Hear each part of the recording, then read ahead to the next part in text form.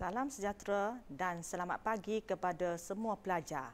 Nama cikgu ialah Oi Peng Kim, Guru Mata Pelajaran Pengajian Am STPM Sekolah Menengah Kebangsaan Waka Baru.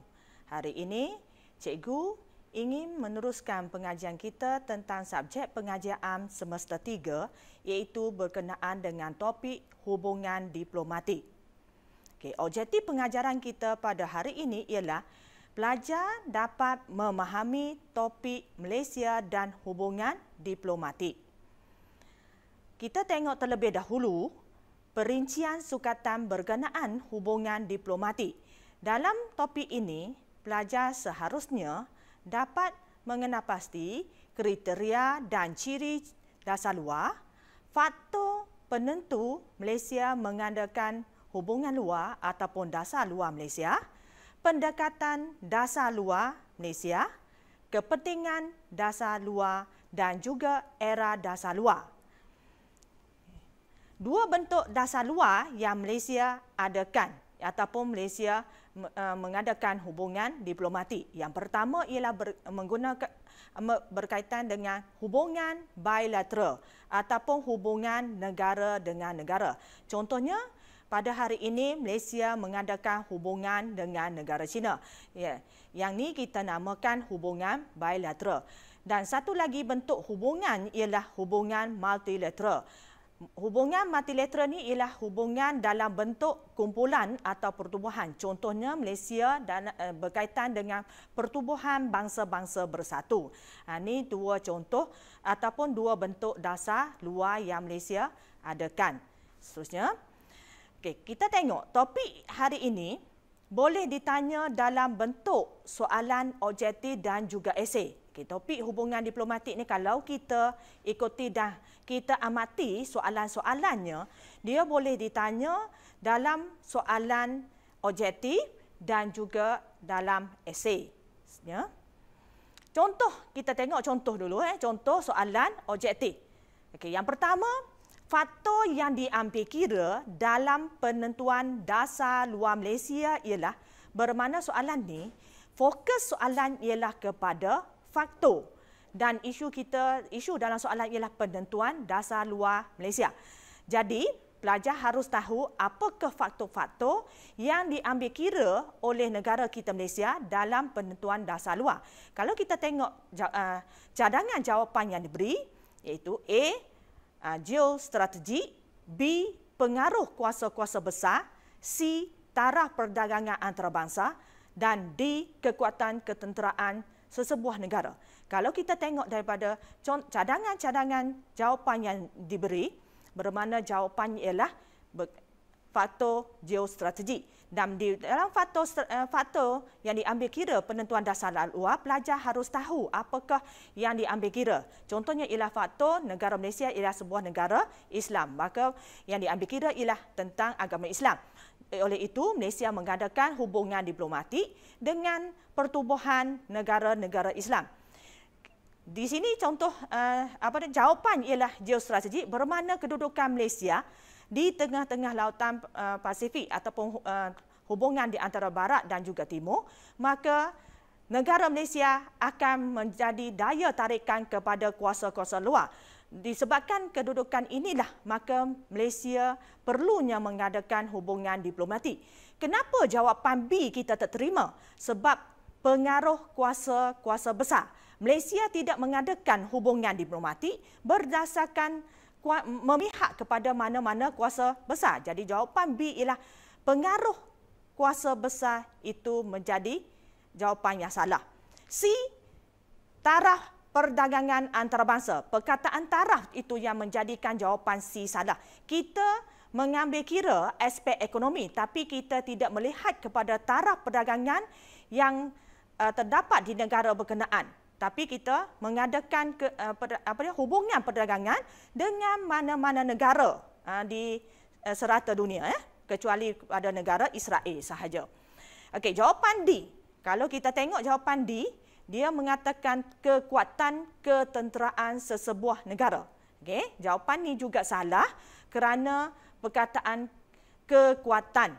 Malaysia mengadakan hubungan diplomatik dengan negara luar tidak bergantung kepada kekuatan ketenteraan sesebuah negara. Sebab negara Malaysia ialah sebuah negara yang kecil, maka Malaysia memikirkan bahawa perlunya Malaysia mengadakan hubungan diplomatik dengan mana-mana negara. Okay? Jadi jawapan kita ialah A. Kita tengok kepada contoh yang kedua. Okay, contoh yang kedua, dia bagi pernyataan. Dua pernyataan situ. Yang pertama ialah menyokong dasar berbaik-baik tanpa mengira ideologi. Ideologi sini maksudnya ialah fahaman. Menyokong dasar berbaik-baik tanpa mengira ideologi. Yang kedua, mematuhi piagam pertubuhan bangsa-bangsa bersatu. Pernyataan di atas merujuk kepada, bermakna kita kena tahu pernyataan yang pertama, kita kena tahu pernyataan kedua. Apa yang dimaksudkan dengan pernyataan kedua, barulah kita boleh menjawab soalan ini. Okay, jawapan cadangan jawapan yang diberi ialah 1. Dasar luar Malaysia, dan B. Sistem politik Malaysia, C. Prinsip pemimpin Malaysia, dan juga D. Ideologi pemerintahan Malaysia. Kalau kita tengok jawapan kepada jawapan yang dicadangkan, maka jawapannya sudah tentu A. Kenapa bukan B?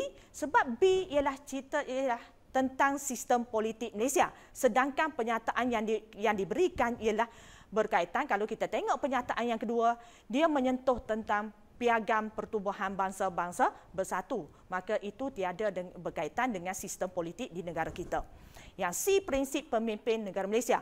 Prinsip ialah pegangan. Apa pegangan? Kalau kita tengok dengan pernyataan, tu kita tidak namakan prinsip. Okay, yang D, ideologi, fahaman pemerintah Malaysia.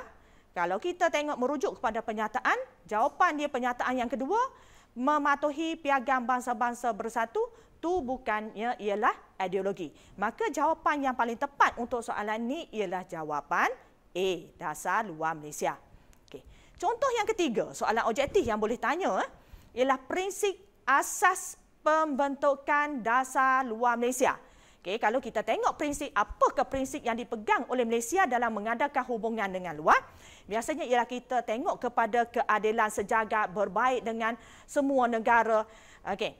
Benda-benda macam ni yang kita panggilkan sebagai prinsip. Okay, kalau kita tengok pilihan jawapan yang dia bagi di situ ialah yang pertama ialah tentang tuntutan ekonomi. Yang kedua ialah keadilan sejagat.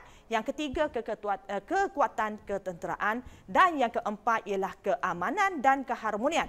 Daripada pilihan jawapan 1, 2, 3 dan 4, kita pilih jawapan yang mana paling tepat. Kalau yang pertama, kita mengadakan hubungan diplomatik kerana ekonomi. Tapi tidaklah kita boleh terima jawapan pertama sebab perkataan tuntutan. Okay, jawapan 1 kita tolak. Kita tengok pula jawapan. Jawapan 2 dengan 3. Sebab kita jawapan A bagi 1 kita telah tolak. Bermakna kita tengok jawapan 2 dan 3. Jawapan 2, keadilan sejagat. Okay, kita tengok, bila prinsip kita mengadakan hubungan luar, memang Malaysia mengambil kira tentang keadilan sejagat. Kita nampak daripada pemimpin-pemimpin kita terdahulu sentiasa memperjuangkan atau sentiasa mengenegahkan isu-isu tentang keadilan sejagat. Jadi jawapan yang kedua kita terima. Bila jawapan kedua kita terima, bermakna jawapan yang keempat juga kita akan terima. Sebab jawapan pertama tadi kita telah tolak. Jawapan keempat kita terima tentang keamanan dan keharmonian. Okay, jawapan ketiga kita tolak sebabnya ialah tentang kekuatan ketenteraan. Malaysia tidak mengamalkan ataupun kita tidak memihak ke mana-mana kuasa dengan menggunakan kekuatan ketenteraan ataupun mana-mana negara yang kekuatan tenteranya kuat, maka Malaysia memihak. Kita tidak menggunakan pendekatan berkenaan. Jadi jawapan untuk soalan objektif ini ialah C, 2 dan 4. Okay, kita tengok. Itu ialah contoh-contoh soalan objektif yang boleh tanya tentang hubungan diplomatik. Dan topik hubungan diplomatik ni juga boleh ditanya di dalam soalan esei. Okay? Kita tengok soalan esei yang kita kata boleh berkaitan dengan hubungan diplomatik.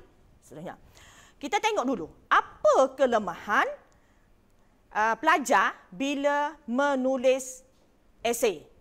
Apa kelemahannya ialah dalam aspek idea dan huraian. Pelajar tidak dapat membezakan mana idea dan juga mana huraian. Okey, kita tengok yang pertama ialah kita kata pelajar tu tidak dapat membezakan idea dengan huraian. Mana yang kita katakan idea, mana yang kita katakan huraian.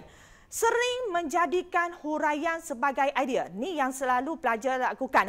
Menjadikan huraian itu ialah sebagai idea. Yang ketiga, idea tidak sesuai dengan kehendak soalan. Kalau kita tengok, pelajar tidak dapat menguasai. Okey, kalau kita tengok yang ketiga ni tidak sesuai, biasanya pelajar tidak dapat menguasai isu dalam soalan. Kadang-kadang pelajar tu menerangkan tentang isu secara umum. Tapi apabila kita membincangkan tentang karangan, pelajar harus fokus kepada isu dalam soalan. Isu yang kita bincangkan dalam soalan. Jadi, idea tu haruslah kita kata sesuai dengan kehendak soalan. Tapi apa yang pelajar kemukakan, idea itu tidak sesuai dengan kehendak soalan. Bila benda ni berlaku, maka idea tu tidak tepat dan pelajar akan dapat kosong markah untuk perenggan berkenaan. Okay, idea tepat dan hujah ni perlu menyokong kepada idea ataupun menyokong kepada kehendak soalan. Okay, kita tengok seterusnya. Peringatan kepada pelajar. Okay, cikgu ingin memberi peringatan kepada pelajar bila kita nak menulis esei. Yang pertama, idea tu haruslah tepat dan hujah perlu memenuhi kehendak soalan. Bermakna di sini, pelajar menjawab apa yang ditanya oleh soalan. Okay, bukan apa yang kita nak, tapi menjawab apa yang ditanya oleh soalan. Apa yang soalan nak? Yang itu yang perlu pelajar jelaskan. Yang kedua, tulis esei dalam 7 perenggan. 1, 5, 1. Ini bukan nombor ekor, tapi ialah nak bagi tahu pelajar bilangan perenggan ialah 151. Apa yang satu? Satu tu ialah perenggan, pengenalan, harus satu perenggan. Jangan dimasukkan dengan idea-idea. Okey. Perenggan idea ialah 5 perenggan. Okey, 5 perenggan dan setiap satu idea satu perenggan. Kemudian satu lagi ialah perenggan penutup. Haruslah diasingkan. Bermakna keseluruhan perenggan untuk satu esei yang lengkap ialah 7 perenggan. Perenggan, pengenalan dan penutup haruslah ringkas dan padat. Okay, kita tidak perlu menulis panjang lebar sebab kita telah dimaklumkan bahawasanya perenggan pengenalan tu dan juga pengenalan itu ialah kita kata sebagai format. Begitu juga perenggan penutup. Dia ialah sebagai format dan markah untuk format sahaja yang diberi. Maka kita tulis sekadar 2 ayat sajalah untuk pengenalan dan juga penutup. Okay, seterusnya kita tengok pengenalan. Bila cerita tentang pengenalan, okay, kita esei semester ketiga tentang kita kata Malaysia dan hubungan luar, dia sama sahaja dengan esei semester 1. Okay, kita tengok di pengenalan, apa yang perlu kita buat. Tiada markah khusus tetapi markah format sahaja. Pelajar harus jelas. Kita tidak perlu tulis panjang lebar kerana markah untuk pengenalan tak ada. Cuma dia diberi markah format. Pendahuluan kita tulis secara ringkas dan padat. Biasanya kita cuma olahkan penyataan-penyataan dalam soalan. Kita olahkan menjadi pengenalan. Okay? Dan ditulis dalam 2 ayat.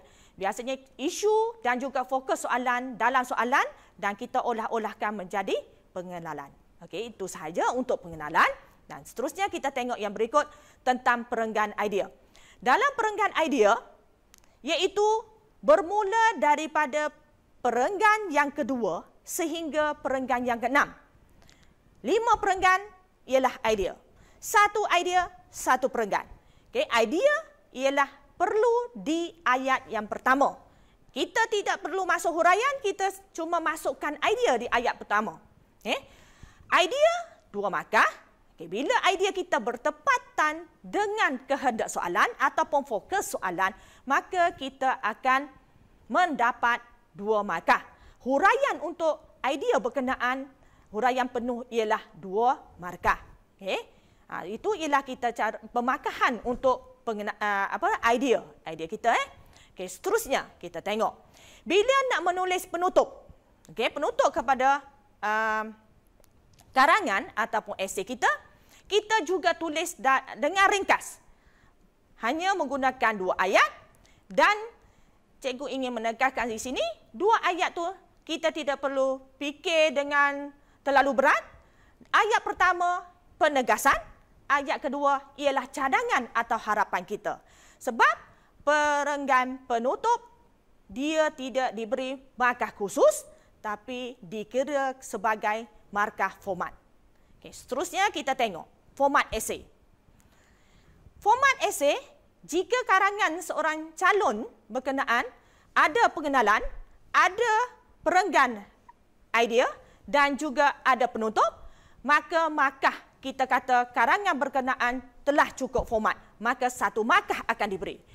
Pengenalan, idea, penutup. Lengkap format.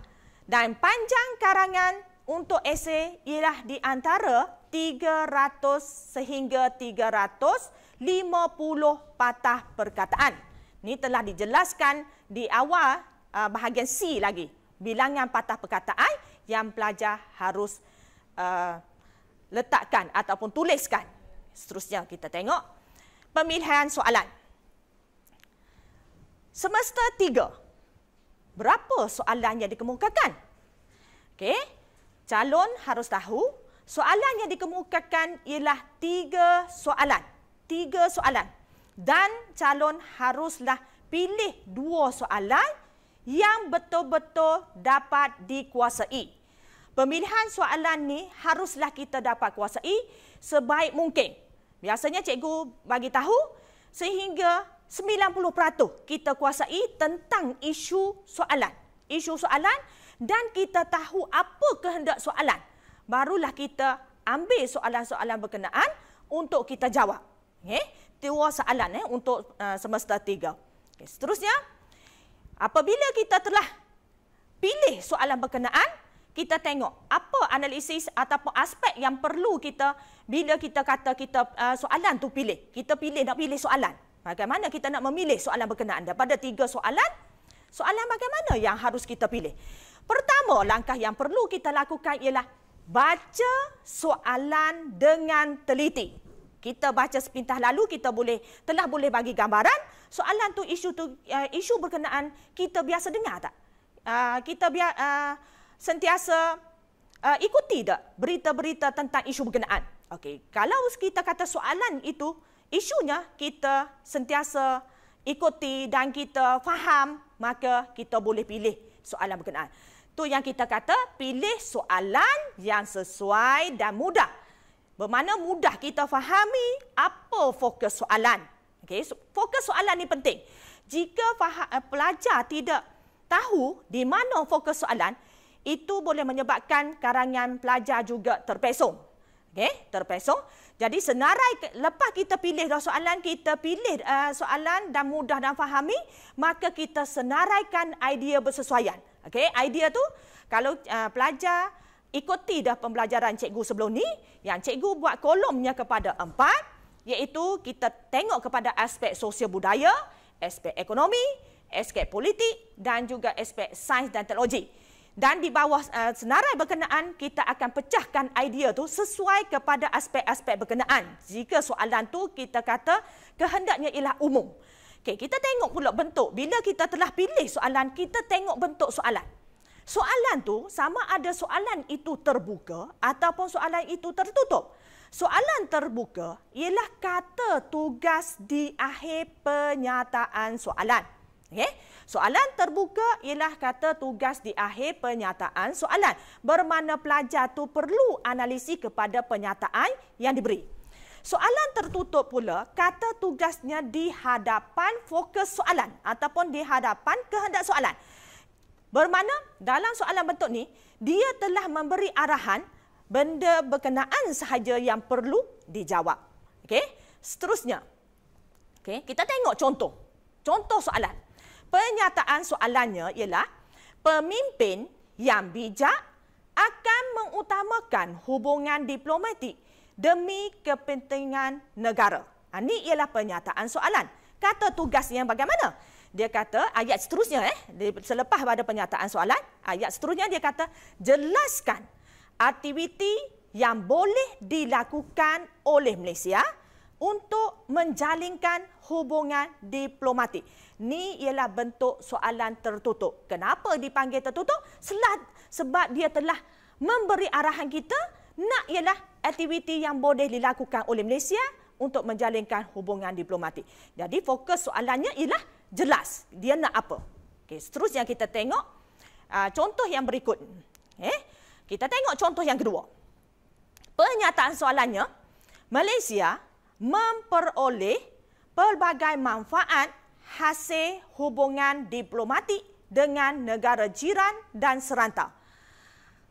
Kata tugas yang kita gunakan ialah huraikan. Huraikan ni duduk di akhir pernyataan soalan. Ni kita panggil soalan jenis terbuka. Kenapa terbuka? Sebab kita perlu analisis soalan berkenaan, kita perlu faham soalan berkenaan dari segi isu soalannya apa dan apakah fokus soalan. Okey, isu soalan sini kita kata hubungan diplomatik dengan negara jiran dan serantau. Jadi fokus soalannya ialah manfaat. Okey, apa yang Malaysia dapatkan hasil daripada hubungan tersebut? Mana soalan tu ialah nak manfaat. Jadi di sininya perlu saya ingin menyatakan di sini perlunya analisis untuk kena pasti fokus soalan. Okey, kena pasti fokus soalan. Seterusnya kita tengok. Okey, kita nak analisis soalan. Okey, pelajar sekalian, kita tengok yang pertama ialah kepada isu soalan. Cikgu selalu tekankan ialah isu soalan sebab kita nak bincangkan isu dalam soalan. Kita tak nak isu secara umum. Bila kita menjawab isu secara umum, maka pelajar mudah terpesong dalam menghurai karangan berkenaan. Maka isu soalan ini penting untuk pelajar fahami dan pelajar dapat kena pasti daripada pernyataan yang diberi. Ini ialah topik perbincangan dalam esei berkenaan. Yang kedua ialah fokus soalan ataupun kehendak soalan. Bermakna dalam fokus soalan ataupun kehendak soalan ini ialah apa yang perlu dijawab atau ditulis oleh pelajar. Yang ni yang perlu pelajar tahu. Satu ialah fokus soalan, fokus kepada soalan. Yang kedua ialah isu soalan. Kedua-dua ini haruslah pelajar kuasai, barulah pelajar dapat menjawab dengan baik. Okey, tugasan soalan. Bila kita tahu dah isu soalan dan juga fokus soalan, maka tugasan soalan kita boleh kena pasti sama ada soalan berkenaan ialah 5-0 atau 2-3, 3-2 ataupun 1-4. Seterusnya, kita cuba tengok soalan dan kita kena pasti isu soalan.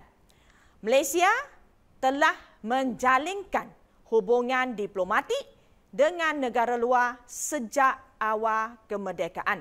Bincangkan sebab Malaysia berbuat demikian. Okay, kalau kita baca, dalam soalan ni kita ada dua ayat.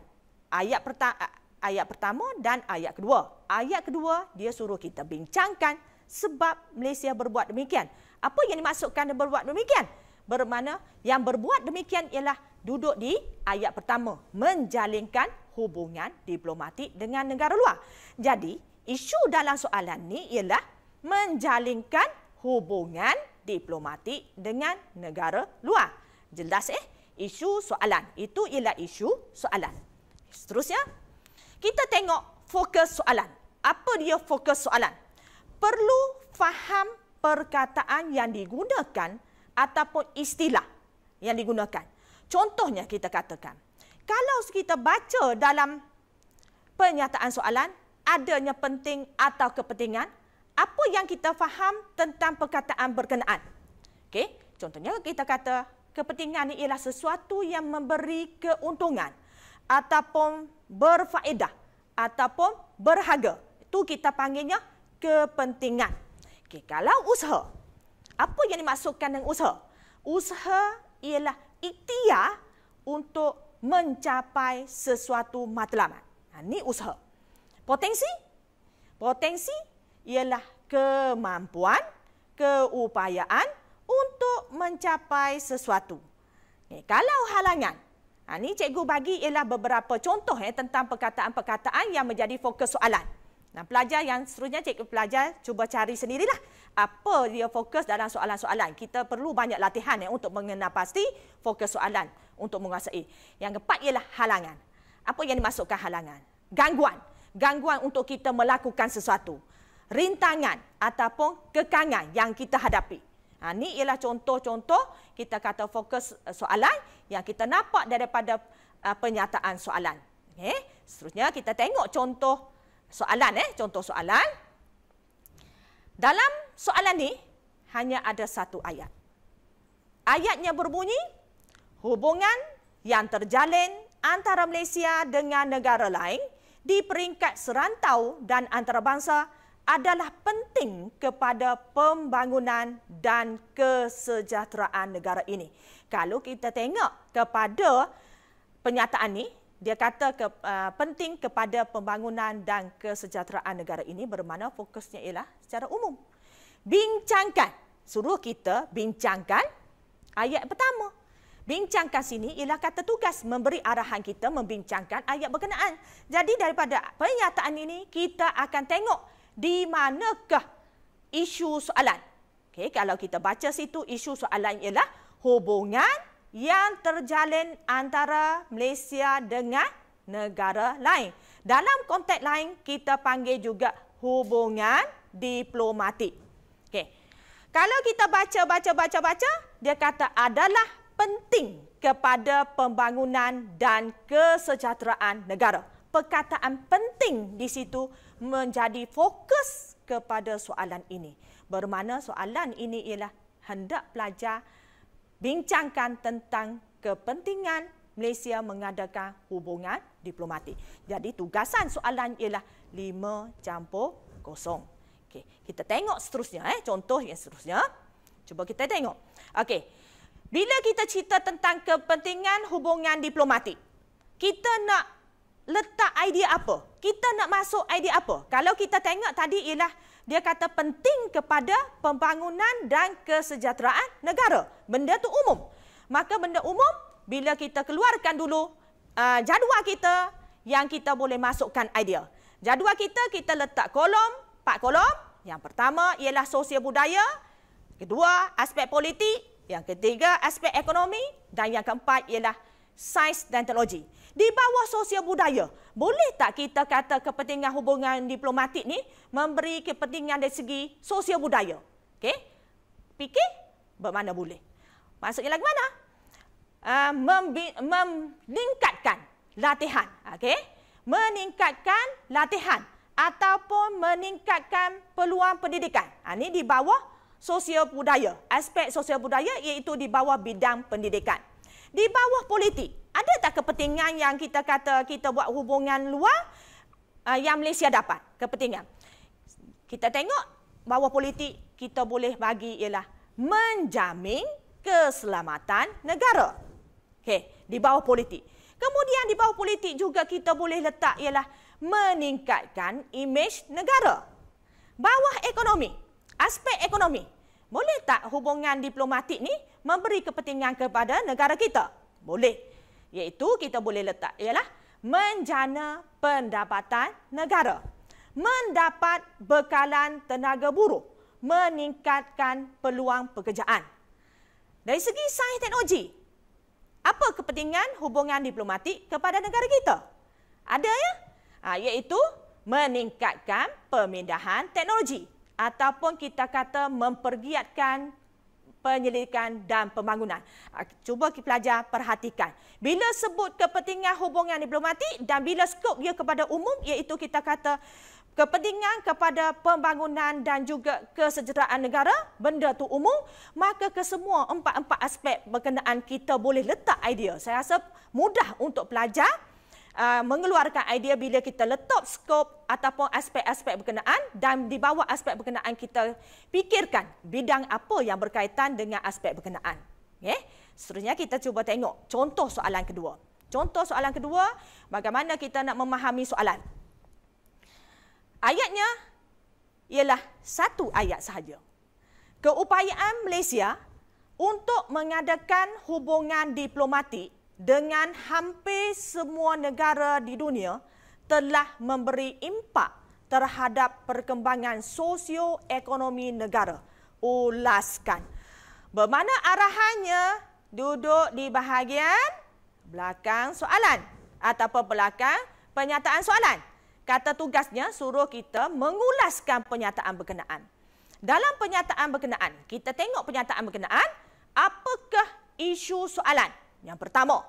Yang kedua, kita tengok apakah fokus soalan.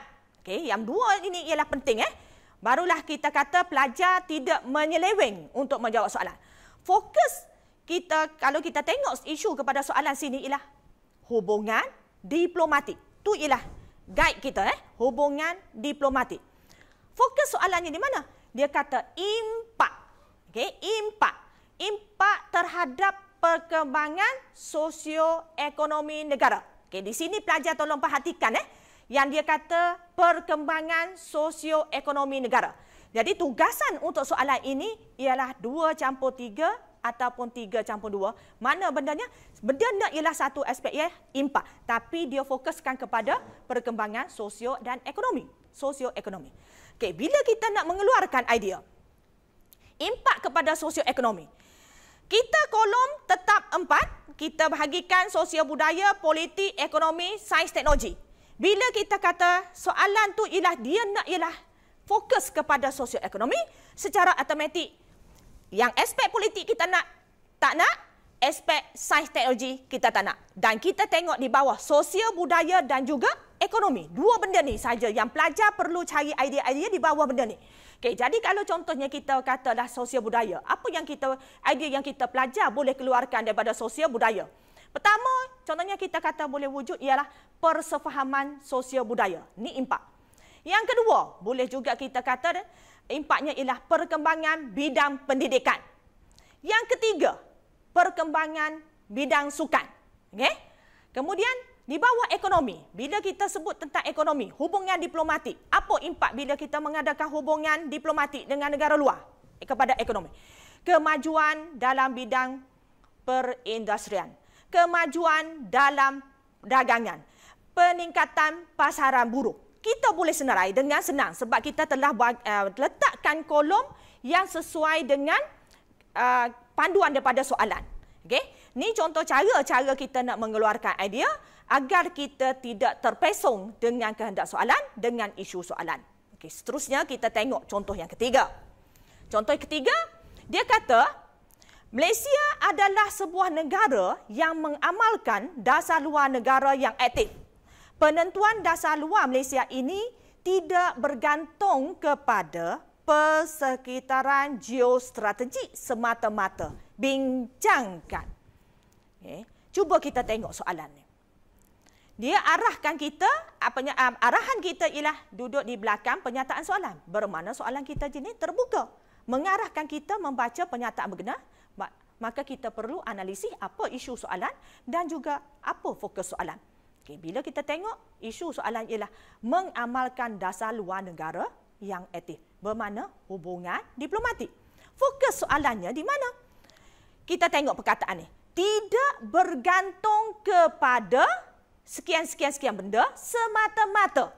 Bermakna benda ni kita tidak bergantung kepada benda ni, tapi kita juga bergantung kepada benda lain. Itu menyatakan soalan ni ialah tugasan ialah 1+4.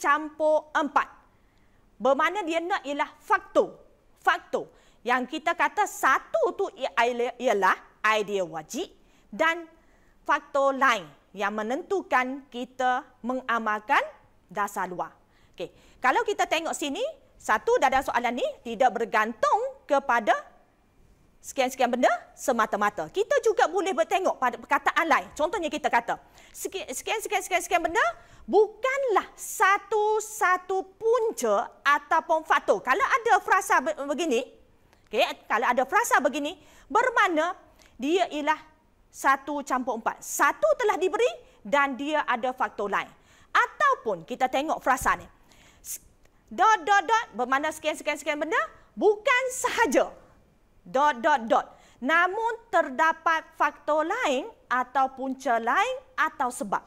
Bermakna benda ni dia bagi dah satu, ada lagi benda lain yang dia nak. Benda satu benda ya saja dia nak. Contohnya faktor. Bermakna faktor tu telah dibagi satu dan dia nak ialah faktor lain.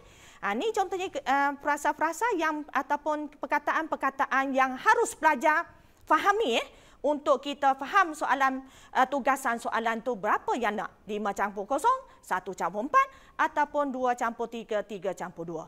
Okey, kita tengok seterusnya. Faktor penentu dasar luar. Bila kita cerita tentang soalan tadi, faktor penentu dasar luar, kita buka kepada 4 kolom juga, iaitu aspek sosial budaya, aspek politik, aspek ekonomi, aspek sains dan teknologi. Okey, bila sains teknologi kita tak ada, kita letak tengok dari aspek lain. Boleh masuk tak? Aspek sosial budaya. Okey, ada aspek sosial budaya yang kita kata menjadi penentu penentu dasar luar, demografi. Kemudian bawah politik. Boleh tak kita bagi faktor penentu dasar luar di bawah aspek politik? Boleh. Iaitu dari segi persekitaran geostrategi. Yang tadi yang kita kata ideologi. Kemudian idea lain. Dari segi keselamatan negara. Kita juga boleh kita kata faktornya menghormati undang-undang antarabangsa. Dari segi ekonomi, faktor ada. Iaitu kepentingan ekonomi negara. Kita yang menjadikan Malaysia mengadakan hubungan dengan negara luar. Okey, kita tengok seterusnya. Contoh-contoh soalan yang berkaitan. Okey, yang ni cikgu nak bagi tahu kepada pelajar, kita bila kita nak menjawab soalan esei untuk semester 3, kita boleh klasifikasikan soalan-soalan esei itu kepada beberapa aspek. Contohnya kita kata sini, hari ini cikgu bincangkan aspek hubungan diplomatik. Kita juga boleh kelaskan kepada aspek serantau.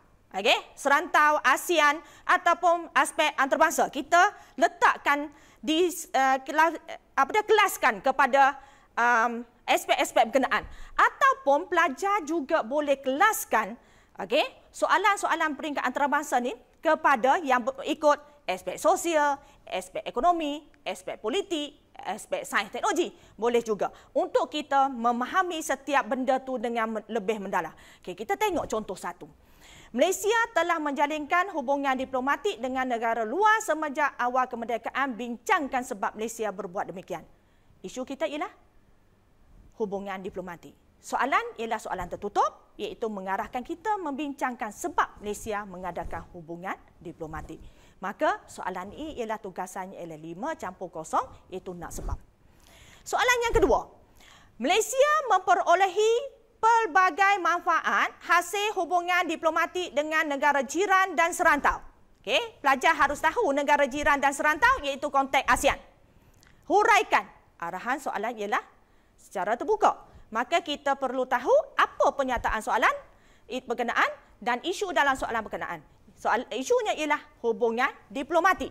Maka fokus soalan ialah tentang manfaat. Bermakna di sini pelajar perlu memberi 5 idea manfaat yang Malaysia perolehi hasil hubungan diplomatik dengan negara serantau. Okey, contoh yang ketiga. Malaysia mengamalkan dasar luar yang aktif. Penentu dasar luar Malaysia tidak hanya bergantung kepada faktor persekitaran geostrategi semata-mata. Bincangkan. Arahan kita membincangkan pernyataan di hadapan. Isu soalan ialah hubungan diplomatik ataupun hubungan dasar luar yang aktif. Okey, dia kata faktor, bermakna kita nak ialah faktor. Satu telah diberi iaitu persekitaran geostrategi. Bermakna faktor lain, yang 4 lagi kita kena cari faktor lain, penentu dasar luar. Yang keempat, contoh yang keempat. Dalam mengadakan hubungan luar, Malaysia berpegang kepada pendirian bebas berkecuali dan berprinsip. Pendirian ini masih penting hingga kini. Jelaskan. Bermakna soalan suruh kita memberi penjelasan tentang pernyataan berkenaan. Apa isu soalan? Isu kita ialah hubungan diplomatik juga. Yang kita kata kita berpegang kepada prinsip bebas berkecuali dan berkecuali prinsip. Itu ialah kita kata isu, bermakna kepentingan kepada hubungan berkenaan. Okey? Boleh tu? Seterusnya. Yang kelima, Contoh yang kelima, kita tengok pemimpin yang bijak akan mengutamakan hubungan diplomatik demi kepentingan negara. Jelaskan aktiviti yang boleh dilakukan oleh Malaysia untuk menjalinkan hubungan diplomatik. Soalan ini ialah soalan tertutup, telah jelas memberi arahan kepada pelajar, memberi penjelasan tentang aktiviti yang boleh dilakukan. Pernyataan di depan ialah kita tengok situ, isunya soalan ialah hubungan diplomatik. Okey, soalan yang keenam. Malaysia mengamalkan dasar luar dengan berbaik-baik dengan semua negara tanpa mengira ideologi. Pelbagai isu telah timbul hasil hubungan bilateral Malaysia dengan negara luar. Jelaskan. Cuba pelajar faham apa yang dimaksudkan hubungan bilateral. Tadi kita kata hubungan Malaysia dengan sesebuah negara. Apa isu yang timbul? Ini yang kita perlu tahu, apa isu yang timbul. Ini contoh-contoh soalan yang kita kelaskan ikut topik. Hubungan diplomatik, ASEAN, kita klasifikasikan pada peringkat antarabangsa. Ini contoh, kita kata boleh memandu pelajar untuk memahami lebih secara detail atau mendalam tentang topik berkenaan dan apakah bentuk-bentuk soalan ataupun isu-isu yang boleh ditanya berkenaan topik berkenaan. Okey, cikgu harap pelajar jelas tentang apa yang kita bincangkan pada hari ini berkenaan pemahaman terhadap topik-topik esei ataupun kita kata berkenaan topik hubungan diplomatik dan soalan-soalan yang boleh ditanya dalam aspek soalan objektif dan juga aspek soalan esei. Kalau kita tengok, kita harap pelajar boleh menguasai sepenuhnya. Cikgu harap apa yang dibincangkan di hari ini ataupun perkongsian cikgu pada hari ini memberi gambaran yang jelas kepada pelajar tentang topik ini. Okey, sekian sahaja perkongsian kita pada hari ini. Harap ilmu yang cikgu bagi pada hari ini memberi manfaat kepada pelajar untuk belajar lebih bersungguh dan dapat menjawab soalan dengan baik dalam peperiksaan bulan Mac ini ya. Sekian, terima kasih.